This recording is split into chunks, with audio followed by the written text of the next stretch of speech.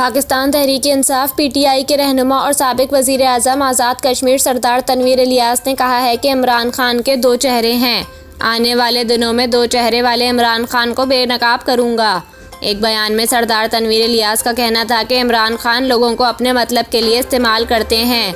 जो चीज़ इमरान खान के हक़ में हो इसे मानने के लिए तैयार होते हैं। इमरान खान अपनी ज़ात की खुद परस्ती में गुम हो चुके हैं। सरदार तनवीर इलियास का कहना था कि इमरान खान दरीना दोस्त के जनाजे में नहीं गए। इनका कहना था कि इमरान खान कौमी इदारों पर ऐसे हमले कर रहे हैं जो दुश्मन भी नहीं कर सकता। इमरान खान के ऐसे हमलों और लबो लहजे की मजम्मत करता हूँ।